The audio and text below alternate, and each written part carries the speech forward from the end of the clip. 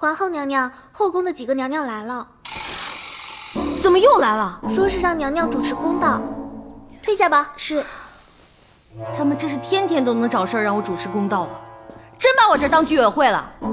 绿篱，你去告诉他们，今儿周末我这居委会不办公啊！妇女联合会不联合，人家工作日再来。娘娘，您才刚掌管后宫没多久，还是先做出个以德服人的样子吧。啊，是吧？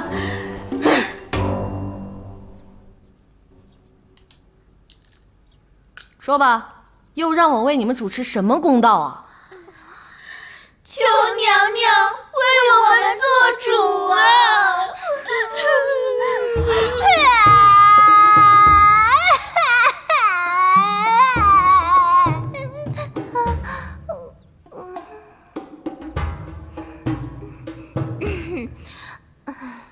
一大早上的跑到我这儿来鬼哭狼嚎的，看来是有冤情啊！说吧，怎么回事？娘娘，此次来不为别的，我们实在是为您打抱不平啊！为我？是啊，娘娘，平日里你待将士不薄，可你知道吗？刚才我和良缘良弟在御花园里散步，竟然听到将士的婢女在讲你坏话哦。是吗？他讲什么啊？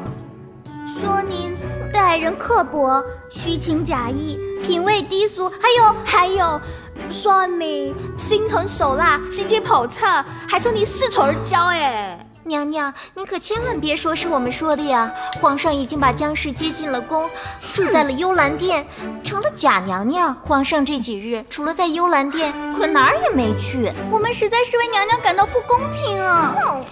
我算是听明白了，这一大早上说是跑来为我打抱不平啊，那是虚的。想让我为你们出头倒是真的吧？虽说皇上以前也几乎不来我这儿，可是他也不去别的地方啊。现在天天让那个假娘娘受独宠，我们实在是不甘心啊！不许哭！说吧，让我怎么为你们出头啊？你今日要是不为我们解决此事，我们就在这里哭死算了。嗨，不是说不让我哭吗？怎么你们哭起来？哼，群后人！哎，你不要再哭了，你的妆都花了啦！哪里？这里哦，这里花了，还有这边花了。